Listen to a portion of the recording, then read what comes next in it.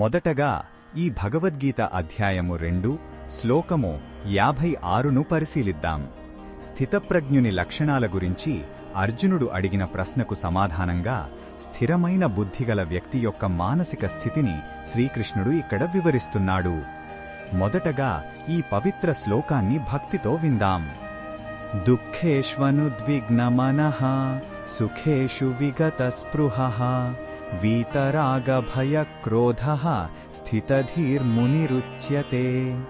ఈ శ్లోకం అర్థం ఏమిటంటే, కష్టాలు వచ్చినప్పుడు ఎవరి మనసు కలత చెందదో, సుఖాలు కలిగినప్పుడు వాటిపై అతిగా ఆశ పెట్టుకోకుండా ఉంటాడో, ఇంకా అనురాగం, భయం, కోపం అనే 3 రకాల మానసిక వికారాల నుండి ఎవరు పూర్తిగా విముక్తుడై ఉంటాడో అటువంటి స్థిరమైన బుద్ధి కలవాడినే ముని లేదా జ్ఞాని అని పిలుస్తారు.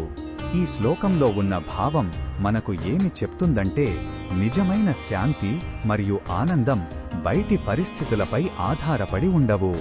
అవి మన అంతరంగ స్థితిని బట్టి ఉంటాయి. జీవితంలో సుఖదుఖాలు అనేవి వస్తూపోతూ ఉంటాయి. వాటికి ప్రభావితం కాకుండా ఒక పర్వతంలా స్థిరంగా, ప్రశాంతంగా ఉండటమే ఆధ్యాత్మిక పరిపక్వతకు చిహ్నం. ఈ బోధనను మన దైనందిన జీవితంలో ఎలా ఉపయోగించుకోవచ్చు అంటే, పరీక్షలో విఫలమైన లేదా ఉద్యోగంలో నష్టం వచ్చినా కుంగిపోకుండా, అదే విజయం సాధించినప్పుడు గర్వపడకుండా సమనిలయుడు ఉండాలి. బంధుత్వాలలో లేదా వస్తువులపై అతిగా అనురాగం పెంచుకుంటే అది కోల్పోతామనే భయానికి, కోపానికి దారితీస్తుంది. కాబట్టి ప్రతి పరిస్థితిలోనూ మనసును సాక్షిగా గమనిస్తూ ప్రశాంతంగా ఉండటానికి సాధన చెయ్యాలి.